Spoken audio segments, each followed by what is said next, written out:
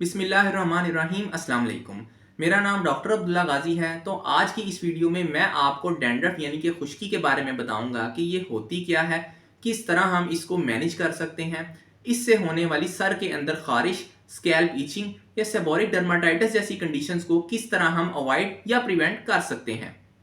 हम हमेशा अपने बड़ों से ये सुनते आए हैं कि अगर आपके सर के अंदर खुश्की या डैंड्रफ का इशू है तो आप अपने बालों के अंदर कोई भी अच्छा सा ऑयल जिस तरह नारियल का तेल या सरसों का तेल लगाएं तो आपका खुश्की का मसला ठीक हो जाएगा। लेकिन हम देखते हैं कि ऑयल लगाने के बावजूद हमारी खुश्की कंट्रोल नहीं होती, बल्कि कई केसेस के अंदर हम ये देखते हैं कि ऑयल लगाकर खुश्की कम होने की बजाय पहले से भी ज़्यादा बढ़ जाती है। हमारे बड़े कहते बिल्कुल ठीक हैं, ऑयल लगाकर हम खुश्की को कंट्रोल या मैनेज कर सकते हैं और पहले ज़माने में भी हमारे बुज़ुर्ग इसी तरीके से इसको मैनेज करते आए हैं। लेकिन हमें इस बात का नहीं पता कि हमें ऑयल कौन सा लगाना चाहिए, कितनी क्वांटिटी के अंदर लगाना चाहिए, कितनी देर के लिए लगाना चाहिए, किन कंडीशंस के अंदर हमें बालों के अंदर ऑयल लगाना चाहिए और किन कंडीशंस के अंदर हमें ऑयल बिल्कुल नहीं लगाना चाहिए। तो इस वीडियो में इंशाल्लाह मैं इन्हीं सारी चीज़ों के बारे में आपको मुकम्मल गाइड करूँगा। हमारे पास डैंड्रफ की कई टाइप्स होती हैं, इसी तरह हर टाइप का इलाज हमारे पास डिफरेंट होता है। हर किस्म की खुश्की को हम ऑयल लगाकर ठीक नहीं कर सकते, क्योंकि ऑयल लगाकर हम कई दफ़ा खुश्की को कम करने की बजाय पहले से भी ज़्यादा बढ़ा देते हैं। डैंड्रफ की पहली टाइप हमारे पास सिंपल ड्राइनेस है। अगर हम एक बाल का माइक्रोस्कोपिक एग्जामिनेशन करें तो हर बाल के साथ स्कैल्प के अंदर हमारे पास एक ग्लैंड प्रेजेंट होता है जिसको हम सिबेशियस ग्लैंड कहते हैं। इस ग्लैंड का काम ये होता है कि इसने एक ऑयल जनरेट करना होता है जिसको हम सीबम कहते हैं। ये ऑयल बहुत ही ज़्यादा अहम किरदार अदा करता है हमारे स्कैल्प को मॉइस्चराइज और हाइड्रेट करने के लिए। स्किन का नॉर्मल मैकेनिज्म अगर देखें तो हमारी स्किन के ऊपर से लाखों की तादाद में डेली सेल्स झड़ जाते हैं और नीचे से आने वाले नए सेल्स उनकी जगह ले लेते हैं। लेकिन अगर ये ऑयल जिसको हम सीबम कहते हैं कम क्वांटिटी के अंदर जनरेट हो रहा है या नहीं जनरेट हो रहा, तो ये सेल्स अपनी इंटेग्रिटी लूज कर देते हैं और बहुत ज़्यादा तेज़ी के साथ झड़ना शुरू कर देते हैं, जिसकी वजह से खुश्की कॉज हो जाती है।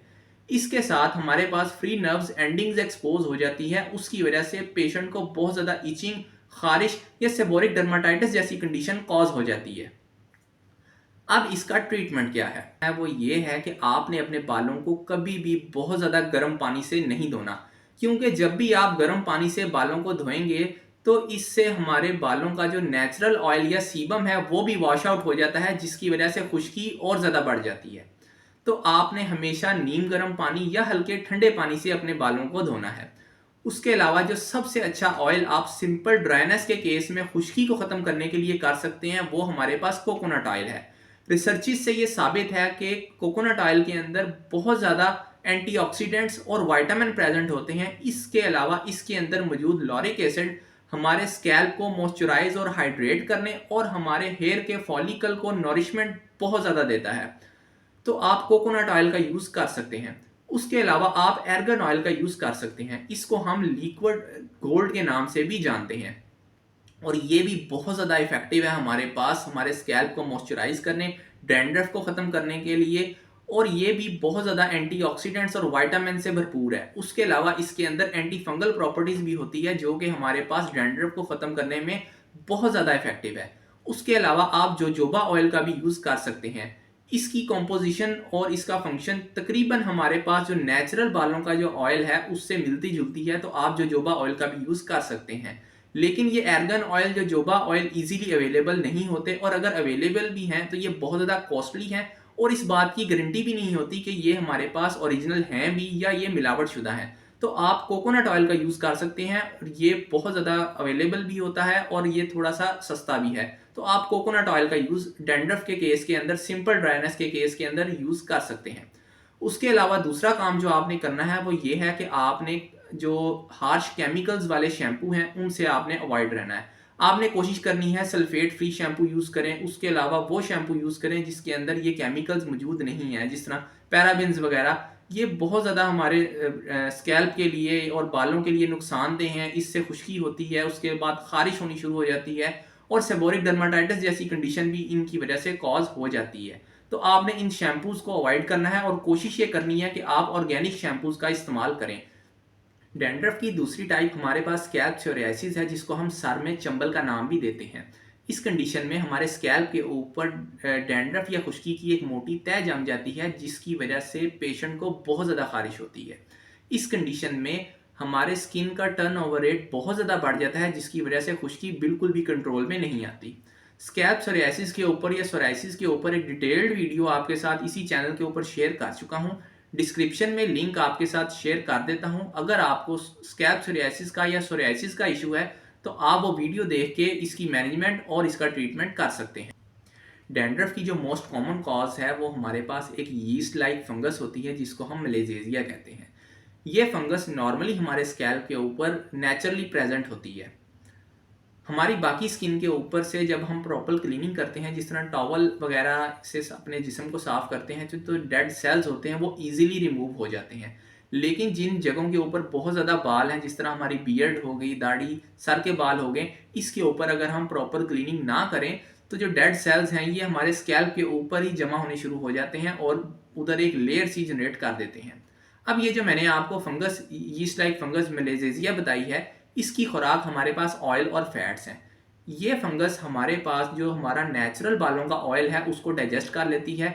उसके अलावा जो हमारे डेड सेल्स एक्यूमुलेट हुए होते हैं उसके अंदर भी काफ़ी क्वांटिटी के अंदर फैट्स प्रेजेंट होते हैं और ये उसको भी खा जाती है। उसके अलावा एक गलती जो हम करते हैं कि हम जब भी खुश्की होती है हम बहुत ज़्यादा क्वांटिटी में तेल लगाकर खुश्की को ख़त्म करना चाह रहे होते हैं। असल में हम इस डैंड्रफ को या इस जो मलेजेजिया फंगस है इसको और ज़्यादा खुराक दे रहे होते हैं ऑयल की सूरत में, फैट की सूरत में, कि ये और ज़्यादा ग्रो कर जाती है, जिसकी वजह से और खुश्की बजाय ऑयल लगाने से कम होने के और ज़्यादा बढ़ जाती है। तो अब जब भी कोई चीज़ हमारे पास कुछ लिविंग ऑर्गेनिज्म जब भी कोई चीज़ खाता है तो वो कुछ ना कुछ एक्सक्रीट ज़रूर करता है। अब ये फंगस ये ऑयल और फैट्स खाकर जो सिक्रीशन खारिज करती है इसको हम ऑयलिक एसिड कहते हैं और ये एसिडिक होती है हमारे पास। और जब भी ये बहुत ज़्यादा क्वांटिटी के अंदर एक्सक्रीट करती है तो ये हमारे स्कैल्प के ऊपर एक एसिडिक इन्वायरमेंट जनरेट कर देती है, जिसकी वजह से स्किन का टर्नओवर रेट बहुत ज़्यादा बढ़ जाता है। इस टर्नओवर रेट बढ़ने से सेल्स और ज़्यादा डेड हमारे पास स्कैल्प के ऊपर इकट्ठे होते हैं और इसको और ज़्यादा खुराक मिलती है और ये और ज़्यादा ग्रो होती है। तो ये एक साइकिल चलता जाता है जो कि रुकता नहीं है। अब इसके ट्रीटमेंट की बात करूं तो सबसे पहले मैं आपको यही कहूँगा कि prevention is always better than cure. आपने अपनी हाइजीन का बहुत ज़्यादा ख्याल करना है, आपने अपने बालों को बिल्कुल साफ़ रखना है, इसमें किसी किस्म की गंदगी नहीं फंसने देनी।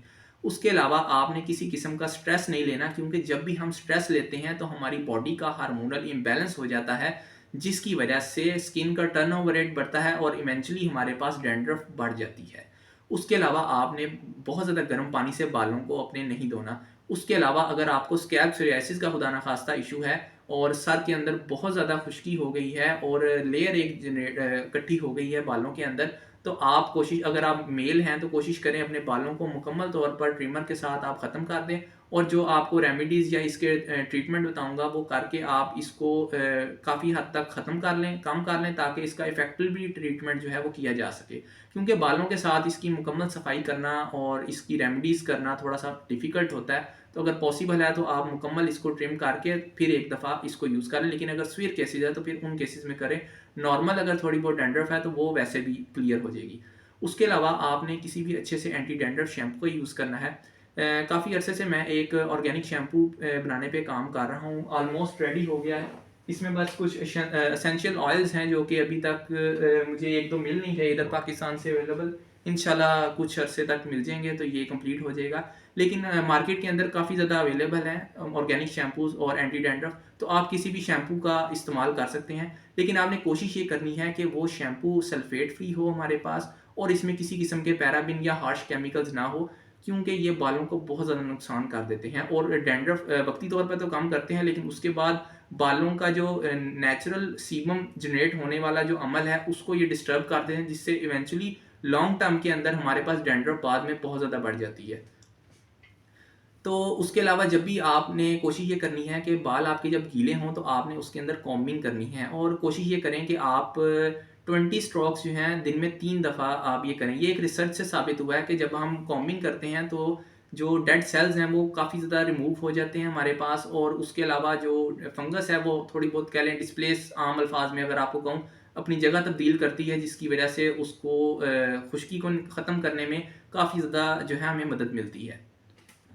अब किस तरह हम इस फंगस को किल कर सकते हैं ताकि हमारी डैंड्रफ का इशू जो है वो रिजॉल्व हो जाए। इस काम के लिए हमारे पास बहुत सारे तरीके हैं, लेकिन आपके साथ मैं सबसे ज़्यादा इफ़ेक्टिव, आज़मूदा और रिसर्च में साबित हुए हुए तरीके ही शेयर करने लगा हूँ। सबसे अच्छा तरीका इस डैंड्रफ को किल करने का या फंगस को किल करने का वो यही है कि आपने कोई भी अच्छा सा एंटी डैंड्रफ शैम्पू का यूज़ करना है।